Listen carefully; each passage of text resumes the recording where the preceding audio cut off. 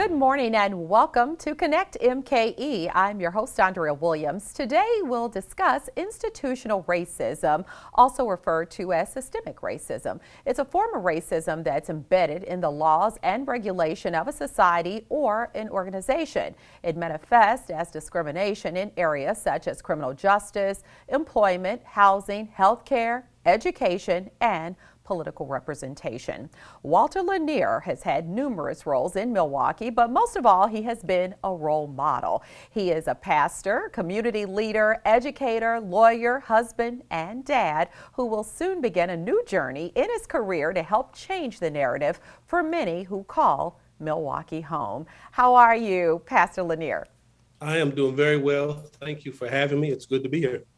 Well, it's a pleasure to have you join us today. And before we talk about your new role as president and CEO of the African American Leadership Alliance Milwaukee, I would like to talk about systemic racism and how you personally have worked to create change on many different levels right here in the city.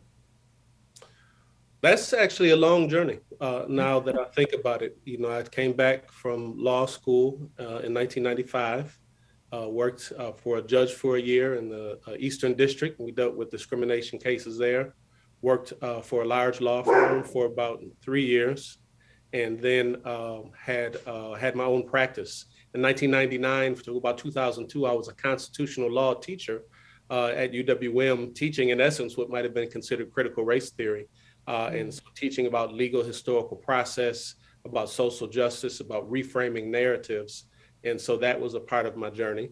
And then, of course, my last 13 years, I've been at MATC in their counseling and advising department over multicultural, worked with a Men of Color program that we established there.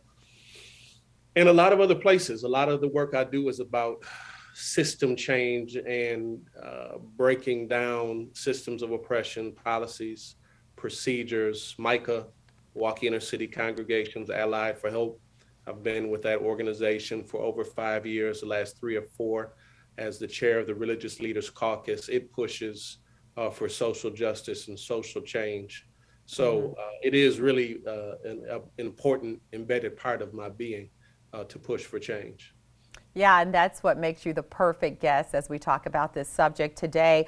You mentioned you are a chairman of the Milwaukee Inner City Congregations Allied for Hope, which is known as MICA. You're a member of the Milwaukee County Mental Health Board, and you spent more than a decade, about 13 years to be exact, at Milwaukee Area Technical College. So while at MATC, you did mention the Men of Color initiative. So you founded that initiative and you also co-chaired the college's African American network that formed an AntiRacial Coalition. I'd like for you to kind of talk about that and how systemic racism, those systems that are in place, how they have actually, in your experience, found their way into the educational system. Great question. If you've ever heard the phrase, the devil is in the details, really the racism is often in the details. It's often in policies and even in procedures that can give the appearance of neutral, that are even perhaps drafted as appearing neutral, but if it is something that emerged out of a racist structure, which the reality is most of our structures have been that because that's how the nation was founded, then they can have what used to be intended consequences. Once upon a time, the intent of laws was to push you out and to push me out and to redline us and to redline others. When we made transition, we didn't necessarily clean out of some of those practices. And so when you talk about educational institutions, and we have some good ones here in MPS, MATC, UWM, but at the same time, if we look at the data, performance data, graduation data, retention data, we're not succeeding with our Black and Brown students. And some of that has to do with systemic racism, with systems that have not taken into account the students, where they're from, cultural differences, developing leadership development, since we're talking about AALAM. And so it's a wide range of things. At MATC, where we have, where there's rich diversity. I say we, I still consider myself an MATC-ite. So we have a wide range of diversity there, rich diversity in staff, in students, but also still segregated structure. And so I co-chaired our African American network there, along with a good friend, Nina Powell. And what we did is we really pursued best practices, accountability, proper resourcing of diversity, equity, inclusion initiatives, and transparency. Because lastly, often what happens in big institutions, big bureaucracies, is the transparency that's necessary to improve serving students and staff is not always there. So you had the Anti-Racism Coalition that also was formed there at MATC, and there were reasons that actually led to that becoming a thing. So can you talk a little bit about that? Yeah, it's interesting. I sure can. MATC is a phenomenal institution with great potential, most diverse institution really in the state of Wisconsin, and in some ways is doing more things than others. What we said is we want to go further, faster, and we want to go bigger and bolder. What happens a lot of times in a wide range of institutions when you're talking diversity, equity, inclusion, systemic issues. Dr. King echoed it back in the day when his letter from the Birmingham jail where people were telling him to go slow. And then he responded and said, why we can't wait. And particularly where you have big institutions, processes can just go very slowly. There's too much time taking to try to prove too much before we affect change. And so the Anti-Racism Coalition is really a phenomenal coalition. It is the Black employees, the Hispanic employee organization, Local 212 union, the faculty union, Local 587, which is the building service workers and facilities union, the Black student union, and the Latino student union. So that was the starting of that coalition. And what happened is they had really looked at the work we had done, effective work we had done for a year as the African American Network, because that group did a lot of organizing, really all during the pandemic to push issues around equity, around workplace culture and climate, around payment disparities, and a host of other issues. So they looked at what we were doing, were really impressed with our organizing, and said, well, how can we now collaborate to be effective? And we did the same thing we've done in the past. We looked at other institutions and saw how they had developed collaborations similar to that with students, with faculty, with staff, articulated a needs statement or a concern statement, not necessarily demands, although there's nothing wrong with demands. And so we articulated what we were looking for from the institution, had a press conference towards the end of last year to articulate those requests / demands / suggestions. And then it gave them to the administration. And now we're in the process of setting up future meetings to see how we can be on the same page. I think the college has a desire to move in the right direction and has taken some actions to move in the right direction. But in 2022, we just have to move more swiftly to make change. Well, thank you for sharing that. And obviously, those are initiatives that will play a role in the near future. So they were lucky to have you on board to help put those things in place. So let's move on to your new role as the president and CEO of the African American Leadership Alliance of Milwaukee. And AALAM is a nonprofit cross-sector network of African American leaders and allies dedicated to developing, supporting, and positioning Milwaukee's pool of African American talent. So you've been a part of this organization for a very long time, but you're taking on this new position. So if you would kind of talk about what this position means to you and what your hopes are in moving forward. Yes. So my hopes are, if you go to the website, you'll see the vision statement is that by 2025, that Milwaukee will be a global destination for African Americans, that Milwaukee will be a global destination for African Americans. We know the reality is right now we are not that. We're a far distance from that. And we know many data points that talk about where we are for Black people in Milwaukee, Wisconsin. But at the same time, just like I mentioned at MATC, we have a rich amount of talent here in the city, while at the same time having this history of segregation and discrimination. And so my goal, my vision, which aligns with AALAM, is that by 2025, that will be far more dynamic, far more vibrant, and people will talk about where we are and where we're headed as a city. The organization, there are really two birthdays, if you will.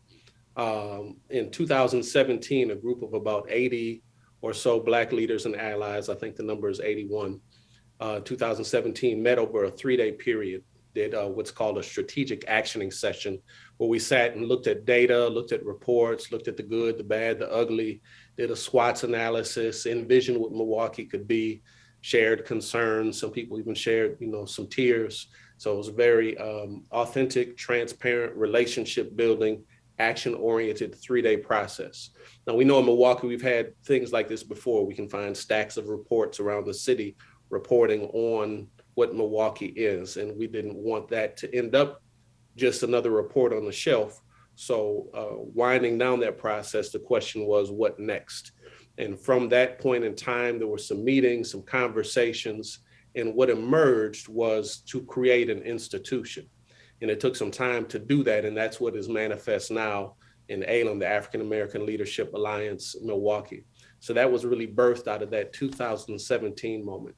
But then in addition to that, I want to go back 13 years further, because what preceded AALAM was the African American Leadership Program. It was founded by Dr. Jeanette Mitchell and her team when she was at Cardinal Stritch African American Leadership Program. In over 13 years, over 200 people have gone through that program. It was about an 8-month cohort-based program that teaches leadership, fundraising, public speaking, climbing the ladder, dealing with conflicts. It's really a rich, well-researched leadership program. I consider us a thought leader in that area. So for 13 years, people have been going through that program, and the idea in 2017 is, what else do we need to do? So that's the other kind of history of the organization. So now coming forward, we have that goal of making us this destination for Black folks, for African American leaders and others, to be this global destination where we live, work, and play in the same way that others do, and feel the same way about Milwaukee that so many others do. I have love for Milwaukee. I'd like to see it better. Some other people don't have love for Milwaukee because they're feeling the pain. And even when I feel the pain, I still have it. We've got five strategic areas that we're working on, that I step into before I might tweak them a little bit. But the 5 strategic areas have to do with engaging CEOs, in particular those with the MMAC, because they're larger corporations. They have more capacity to employ people.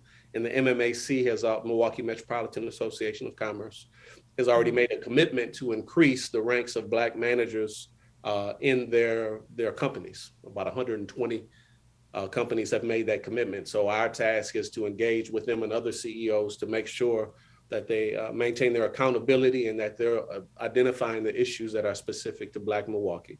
Second is leadership development. That kind of speaks for itself. That really flows out of that AALP program, developing leaders. The third is a network strategy. How do we introduce Black leaders from all sectors to networks that can elevate them, support them, move them forward? And conversely, how do we do the same with networks? So like the Rotary Club of Milwaukee, Professional Dimensions is another one. Tempo is a third. Forward 48 is a fourth. A fifth is the National Association of Human Resource Directors for African Americans. So bringing those groups together, because we're such a siloed city, but we have resources, we have connections, we have people that can open doors, but because we've been fragmented and siloed and segregated, those things don't always come together.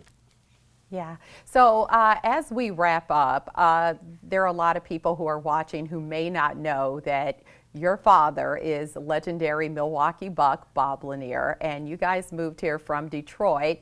And obviously you have love for the city because you're still here, you Yeah. haven't left, and you're working to make it a better city. So if you had to come up with just one thing to encourage someone to stay or to move to the city, what's the number one thing you would say that makes Milwaukee extra special? I mean, Milwaukee, I'll try to make it one. Milwaukee is a very livable city. It's relatively clean. It's got light traffic, like 20 minutes on a bad day. Anywhere around the city in like 15 to 20 minutes, you can touch every side of the city. It's got a beautiful lakefront. It's got great food. It has more entertainment, music than we think about. And so there's a lot that can be done in this city of, 5 to 600,000 people. And as we elevate Black leadership, that will emerge, that narrative will change. And it's a great place to come to raise a family and to get to know some people. Well, thank you so very much for your time today, and all the best to you in your new position. All right, thank you. Walter Lanier is the president and CEO of the African American Leadership Alliance Milwaukee. And again, you can visit AALAMilwaukee.org for more information. When we return to Connect MKE, we'll continue our conversation on systemic racism and turn our focus to healthcare and how addressing systemic racism is crucial for achieving health equity. And we'll do that right after this.